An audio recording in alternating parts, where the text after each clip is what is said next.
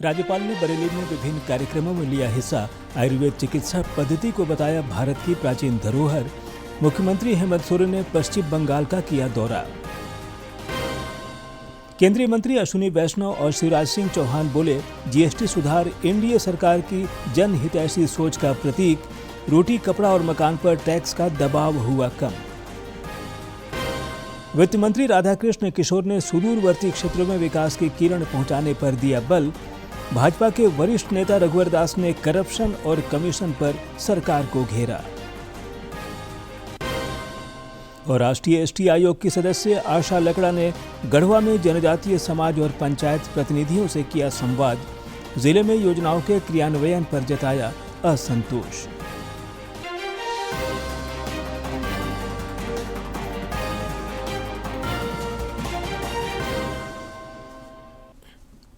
नमस्कार, खबरें झारखंड में आपका स्वागत है। मैं हूं ज्ञानेश्वर प्रसाद श्रीवास्तव और अब समाचार विस्तार से। प्रधानमंत्री नरेंद्र मोदी और अमेरिका के राष्ट्रपति डोनाल्ड ट्रंप की बॉन्डिंग एक बार फिर चर्चा में है।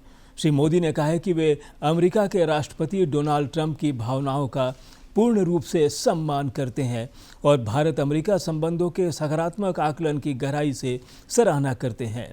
प्रधानमंत्री ने श्री ट्रंप के हालिया बयानों पर अपनी प्रतिक्रिया देते हुए एक सोशल मीडिया पोस्ट में कहा है कि भारत और अमेरिका की साझेदारी बहुत ही सकारात्मक और दूरदर्शी है।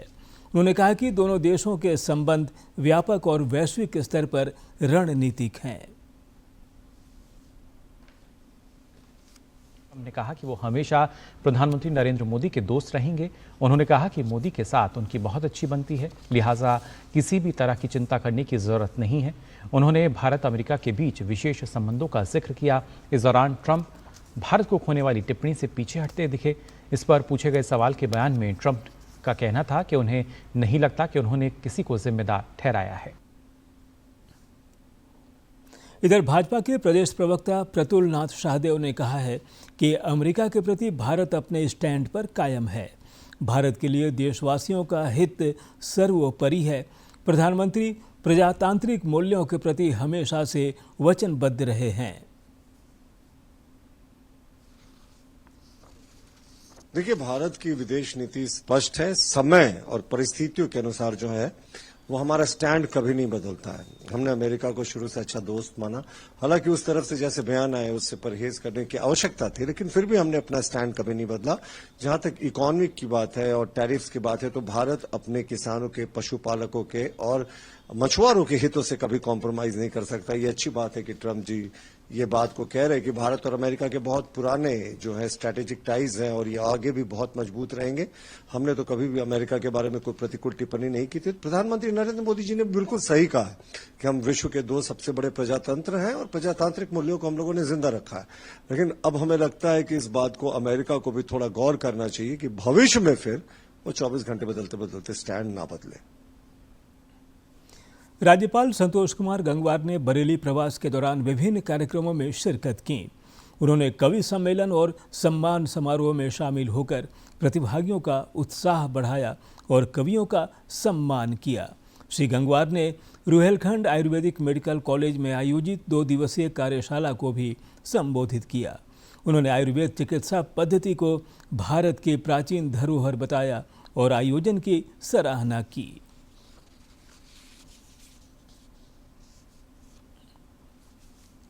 मुख्यमंत्री हेमंत सोरेन आज पश्चिम बंगाल के दौरे पर रहे। उन्होंने कोलकाता में पश्चिम बंगाल के मंत्री एवं कोलकाता के महापौर फरहाद हकीम से मुलाकात की। श्री सोरेन की पश्चिम बंगाल के पुलिस महानिदेशक राजीव कुमार से भी भेंट हुई।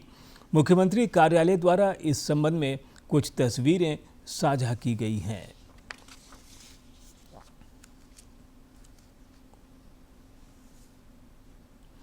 सूचना और प्रसारण मंत्री अश्विनी वैष्णव ने कहा है कि जीएसटी में सुधार से देश की आर्थिक उन्नति का मार्ग प्रशस्त होगा। एक प्रेस वार्ता को संबोधित करते हुए केंद्रीय मंत्री ने बताया कि जीएसटी स्लैब में बदलाव से जन जन के जीवन पर सकारात्मक प्रभाव पड़ेगा। प्रधानमंत्री नरेंद्र मोदी के इस महत्वपूर्ण निर्णय से रोटी, कपड़ा और मकान पर टैक्स का दबाव कम हुआ है। जीएसटी में रिफॉर्म्स करके माननीय प्रधानमंत्री जी ने मिडिल क्लास परिवारों को एक बहुत बड़ी राहत दी है, बहुत बड़ा एक तोहफा दिया है। जीएसटी में जिस तरह के सुधार हुए हैं, ये सुधार हमारे देश के 140 करोड़ देशवासियों के जीवन में एक बड़ी राहत के रूप में आए हैं। आप सब जानते हैं कि 2014 से पहले टैक्स का एक ऐसा मकड़ जाल था जिसके कारण हर वस्तु पे कई तरह के टैक्सेस लग के एक साधारण परिवार पे, आम आदमी पे, एक मिडिल क्लास परिवार पे बड़ा बोझा बना हुआ था। जीएसटी से उसके कारण बहुत सारे बेनिफिट्स आए, बहुत एक सिंप्लीफिकेशन हुआ और 6-7 साल के पूरे एक्सपेरिमेंट और पूरा स्टेबलाइज होने के बाद में आज माननीय प्रधानमंत्री जी ने, माननीय वित्त मंत्री जी ने जिस तरह का जीएसटी में रेट्स कम करके, एक रैशनलाइजेशन करके और जिस तरह से एक सिंप्लीफिकेशन करके एक बड़ा रिफॉर्म लाए हैं, उस रिफॉर्म से हमारे जन जन के जीवन में प्रभाव आएगा। इलेक्ट्रॉनिक्स की मैं विशेष बात करना चाहूँगा यहाँ पर।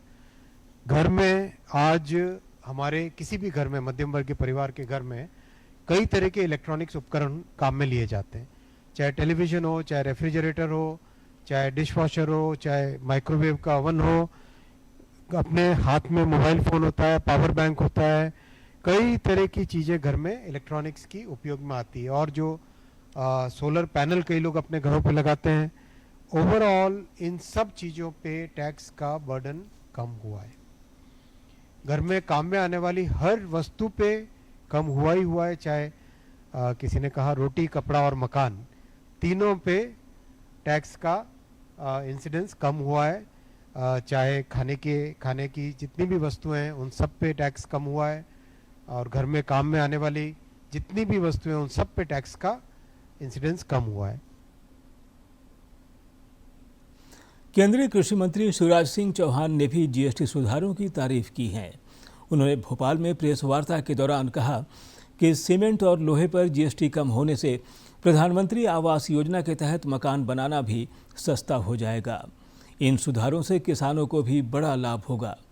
जीएसटी सुधारों की वजह से अब ट्रैक्टर खरीदना पहले से सस्ता हो गया है। श्री चौहान ने कहा कि जीएसटी सुधार एनडीए सरकार की जनहितैषी सोच का प्रतीक है। मित्रों, अगर हम जीएसटी सुधारों को देखें तो एक उदाहरण के तौर पर कोई ट्रैक्टर अगर 9 लाख रुपए में आता था, 9 लाख रुपए में खरीदते थे, तो अब किसान को 65,000 रुपए की बचत उस पर होगी।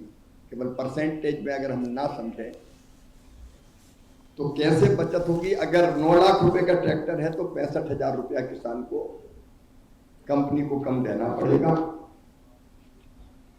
अगर ट्रैक्टर 35 HP का है जिसकी कीमत लगभग 5,80,000 होती थी, तो एक ट्रैक्टर खरीदने पर 41,000 रुपए की बचत होगी। 45 HP के ट्रैक्टर पर 45,000 रुपया बचत होगी। 50 HP के ट्रैक्टर पर 53,000 रुपया बचत होगी और 75 HP के ट्रैक्टर पर लगभग 63,000 रुपया बचत होगी। तो ट्रैक्टर पर ही अगर आप बचत देखें तो 25,000 से लेके 63,000 रुपए तक की बचत किसानों को होगी। इधर राज्य के वित्त मंत्री राधा कृष्ण किशोर ने जीएसटी सुधारों पर प्रतिक्रिया व्यक्त करते हुए केंद्र सरकार से झारखंड के हितों का ख्याल रखने का आग्रह किया है। जमशेदपुर में पत्रकारों से बातचीत करते हुए उन्होंने विकास योजनाओं के बेहतर क्रियान्वयन पर भी जोर दिया।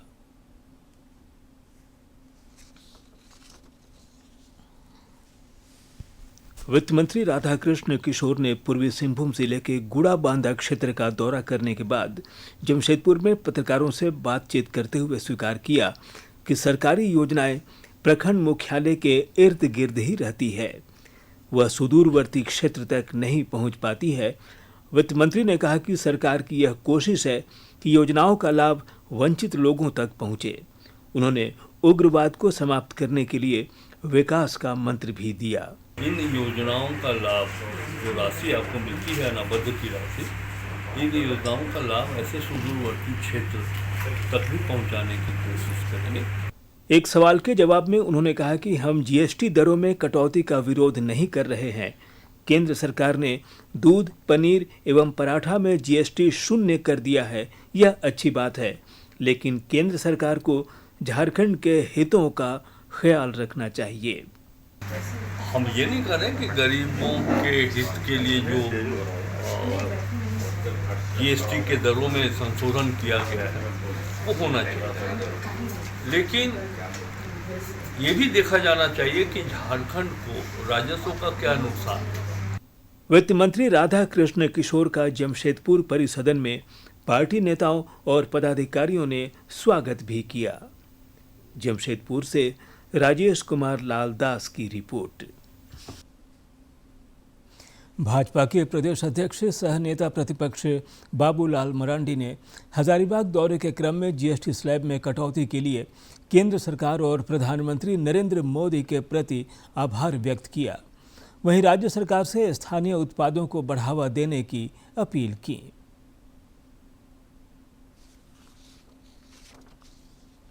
भाजपा प्रदेश अध्यक्ष सह नेता प्रतिपक्ष बाबूलाल मरांडी ने हजारीबाग से प्रधानमंत्री नरेंद्र मोदी को जीएसटी स्लैब में कमी लाने के लिए धन्यवाद दिया है।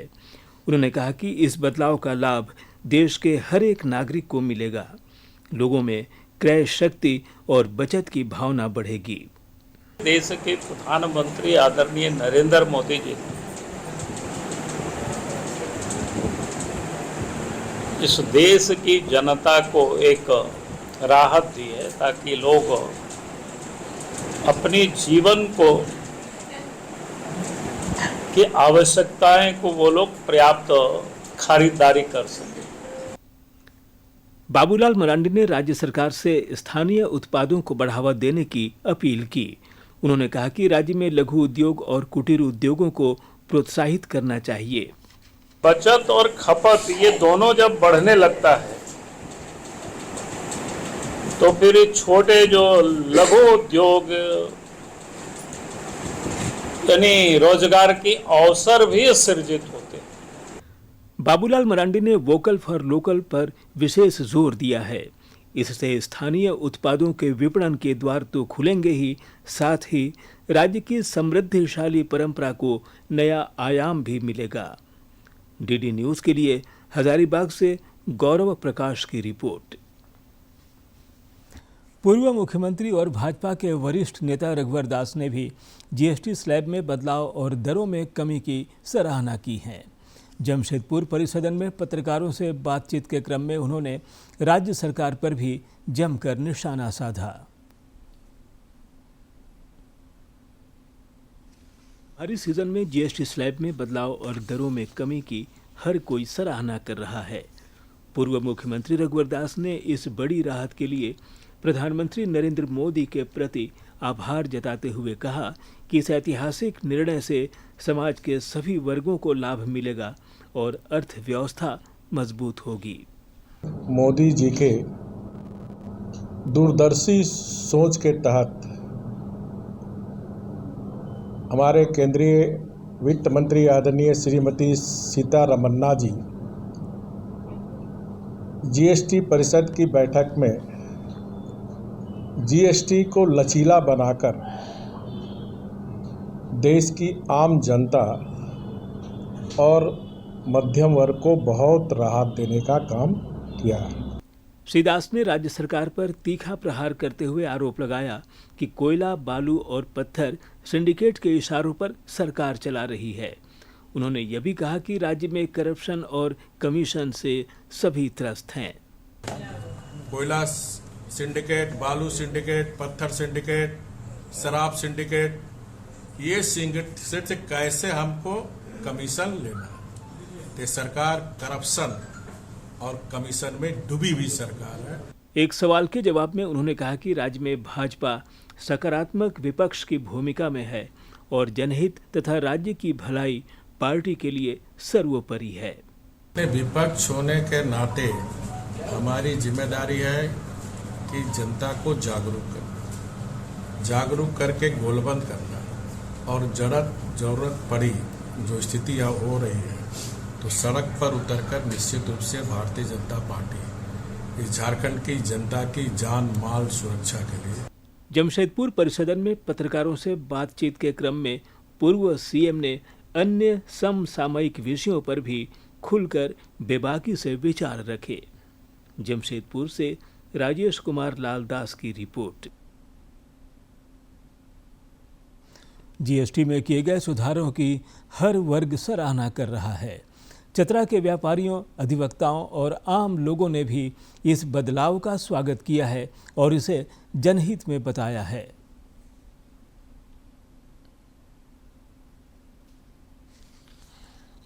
जीएसटी पूर्ण रूपेण जो है वो आम लोग, आम जनता को आर्थिक सुधार, आर्थिक स्थिति से मजबूत करने के लिए नई जीएसटी लागू की गई है।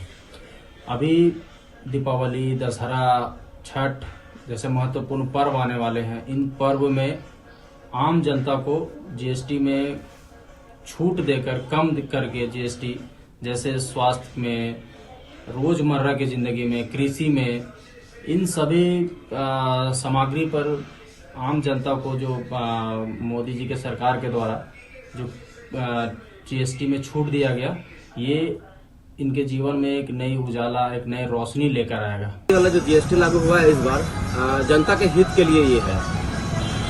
अगर इसको देखा जाए तो जैसे कि मेरा ये इलेक्ट्रॉनिक का बिजनेस है और इसमें पहले 28% तक जीएसटी लग जाता था, मगर अब ये 18% तक गिर गया है। इससे हमारे खरीदारों को सुविधाओं की खरीदारी करने में वो अपने बजट के अनुसार खरीदारी कर पाएंगे। नहीं, अच्छी बात है। जीएसटी की दरों में कम कटौती हुई है, बहुत ही अच्छा। मोदी जी ने सराहनीय काम किया है। इस बार तो बढ़ेगा सेल, क्योंकि जीएसटी के हर माने सब चीज़ में 18, सीमेंट वगैरह में भी 28 से 18% हो गया है, इससे दरों में कटौती आई है। जीएसटी काउंसिल का जो फैसला आया है, जिसमें कि जीएसटी टैक्स को जो है स्लैब को घटाकर जो 5 से 18% किया गया है, आम जनों को राहत देने वाला फैसला है। काफ़ी समय से जो है इसका इंतजार था। पिछले 11 साल से देश की जनता जो है वो काफ़ी भारी टैक्स चुका रही थी जीएसटी के नाम पे। अभी जो है काफ़ी राहत मिली है इससे, और खासकर कि जो त्योहार का मौसम आ रहा है उसमें इससे लोगों के जेब पे को जो है राहत मिलेगी। राज्यसभा सांसद और भाजपा के वरिष्ठ नेता दीपक प्रकाश विकास और जन कल्याण को नया आयाम देने के लिए सतत प्रयत्नशील हैं। इस सिलसिले में उन्होंने आज दिल्ली में केंद्रीय कानून राज्य मंत्री स्वतंत्र प्रभार अर्जुन राम मेघवाल से मुलाकात की। केंद्रीय मंत्री ने मुलाकात के संबंध में कुछ तस्वीरें साझा कर बताया कि इस अवसर पर संगठन, विकास और जन कल्याण से जुड़े महत्वपूर्ण विषयों पर सार्थक चर्चा हुई।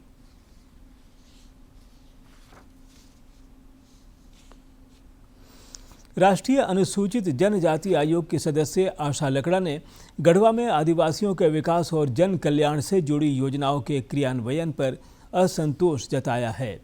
उन्होंने परिसदन भवन में अनुसूचित जनजाति और पंचायत के जनप्रतिनिधियों के साथ संवाद कर समस्याओं की जानकारी ली। आयोग के सदस्य ने योजनाओं के बेहतर क्रियान्वयन पर बल दिया ताकि सही अर्थों में धरातल पर बदलाव दिख सके। 0 सन्नाटा है। अगर आदिवासी समुदाय आगे बढ़ के काम करते हैं, ना उन्हें ब्लॉक में सम्मान है, ना जिला में सम्मान है। कोई जनप्रतिनिधि गए हैं, जिला परिषद जैसे लोग जाते हैं, उनको नीच दृष्टिकोण से देखा जाता है। ये विषय भी सामने आया है। और जो उतना भी केंद्र शासित योजनाएं हैं, चाहे पीवीटीजी परिवार की बात करेंगे या ग्रामीण क्षेत्रों में बात करेंगे, योजना भी धरातल पर अभी तक नहीं पहुंच पाई है। यह बहुत बड़ा दुर्भाग्य की बात है। इसके लिए हम बहुत जल्द जिला का समीक्षा बैठक करेंगे और तमाम समस्याओं का समाधान के लिए आयोग उनका सुनवाई भी करेगी। एसआईआर और पश्चिम बंगाल की सीएम ममता बनर्जी के बयान पर राजनीति के मंच पर झारखंड में भी घमासान मचा है। रांची के विधायक और भाजपा के वरिष्ठ नेता सीपी सिंह ने आरोप लगाया है कि एक वर्ग विशेष को खुश करने के लिए सीएम ने यह बयान दिया है जो निम्न मानसिकता को दर्शाता है। कांग्रेस और झामुमो ने भाजपा पर पलटवार किया है। ये संस्कार बताता है, इस तरह का शब्दों का प्रयोग किया गया, इसीलिए अब बनर्जी नहीं रही, वो बानो हो गई। विडंबना ही मानूंगा मैं। सदन के अंदर कोई माननीय सदस्य कुछ भी बोल जाए वो विशेषाधिकार है और सदन के अंदर है, उस पर कोई माने उस सदस्य पर कोई कानूनी कार्रवाई नहीं हो सकती और उसी का फायदा लगातार भारतीय जनता पार्टी उठाते आई है। सदन के अंदर गाली गलौज, ये तो बोल दीजिए चोर तो एक नारा हो गया है। आज की तारीख में मैं उसे बुरा नहीं मानता हूं। जरूरत पड़ते है सच बोलते हैं तो विपक्षी नेताओं के ऊपर डराने धमकाने जैसे हथकंडे अपनाए जाते हैं। ईडी, सीबीआई और क्या ना क्या संस्थाओं, सरकारी संस्थाओं पर लगाकर उनको परेशान किया जाता है। ममता बनर्जी का बयान साफ संदेश देना चाहती है कि लोकतंत्र की हत्या करने वाले को जनता कभी नहीं माफ करेगी, कभी नहीं माफ करेगी। रक्षा राज्य मंत्री और रांची के सांसद संजय सेठ की पहल पर राजधानी में चरणबद्ध तरीके से विभिन्न स्कूलों में पेंटिंग कार्निवाल का आयोजन हो रहा है। इस सिलसिले में आयोजित सांसद कला महोत्सव के तहत पेंटिंग कार्निवाल में जवाहर विद्या मंदिर के बच्चों ने ऑपरेशन सिंदूर की थीम पर कलाकृतियां बनाई।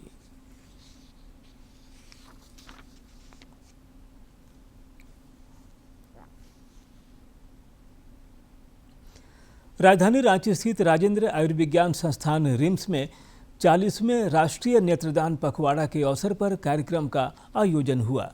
इस दौरान मरणोपरांत नेत्रदान करने वालों के परिजनों को सम्मानित किया गया।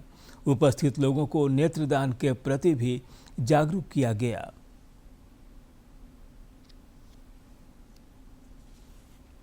रांची के रिम्स स्थित क्षेत्रीय नेत्र विज्ञान संस्थान में राष्ट्रीय नेत्रदान पखवाड़ा का आयोजन 25 अगस्त से 8 सितंबर तक किया जा रहा है।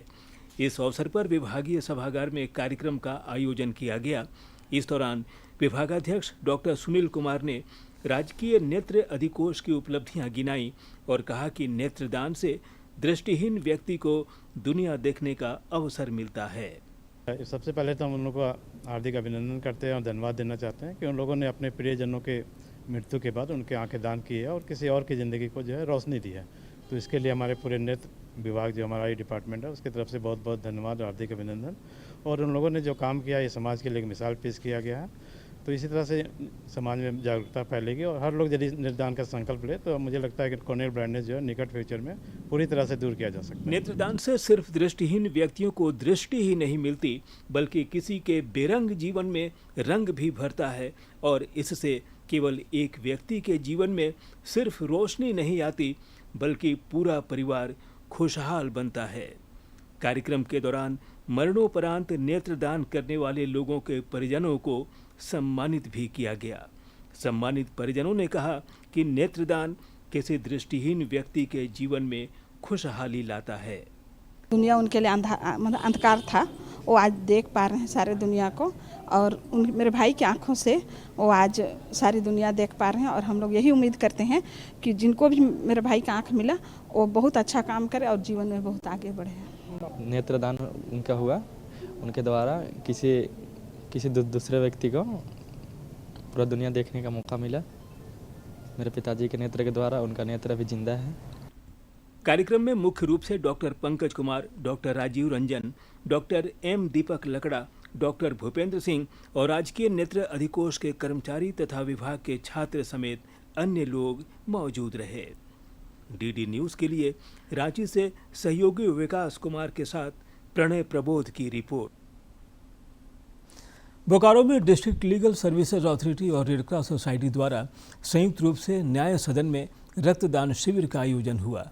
झारखंड हाईकोर्ट के मुख्य न्यायाधीश न्यायमूर्ति तरलोक सिंह चौहान और न्यायमूर्ति आनंदा सेन ने रक्तदान कर नज़ीर पेश की। उन्होंने इस महादान के प्रति लोगों को प्रेरित और जागरूक भी किया।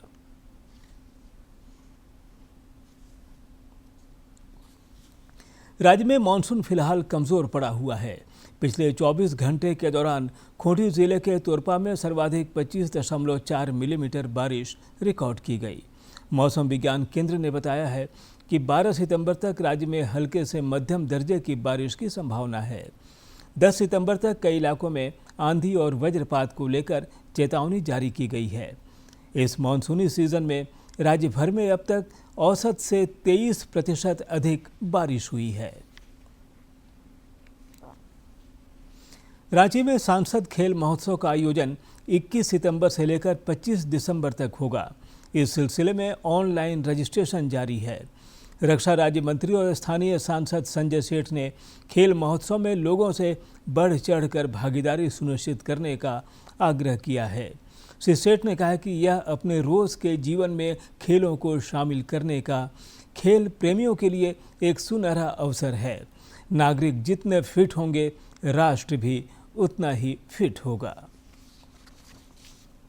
और अब अंत में मुख्य समाचार एक बार फिर।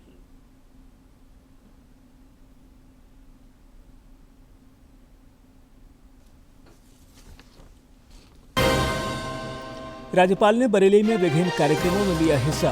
आयुर्वेद चिकित्सा पद्धति को बताया भारत की प्राचीन धरोहर। मुख्यमंत्री हेमंत सोरेन ने पश्चिम बंगाल का किया दौरा। केंद्रीय मंत्री अश्विनी वैष्णव और शिवराज सिंह चौहान बोले, जीएसटी सुधार एनडीए सरकार की जनहितैषी सोच का प्रतीक। रोटी, कपड़ा और मकान पर टैक्स का दबाव हुआ कम। वित्त मंत्री राधाकृष्ण किशोर ने सुदूरवर्ती क्षेत्रों में विकास की किरण पहुंचाने पर दिया बल। भाजपा के वरिष्ठ नेता रघुवर दास ने करप्शन और कमीशन पर सरकार को घेरा। और राष्ट्रीय एसटी आयोग की सदस्य आशा लकड़ा ने गढ़वा में जनजातीय समाज और पंचायत प्रतिनिधियों से किया संवाद। जिले में योजनाओं के क्रियान्वयन पर जताया असंतोष।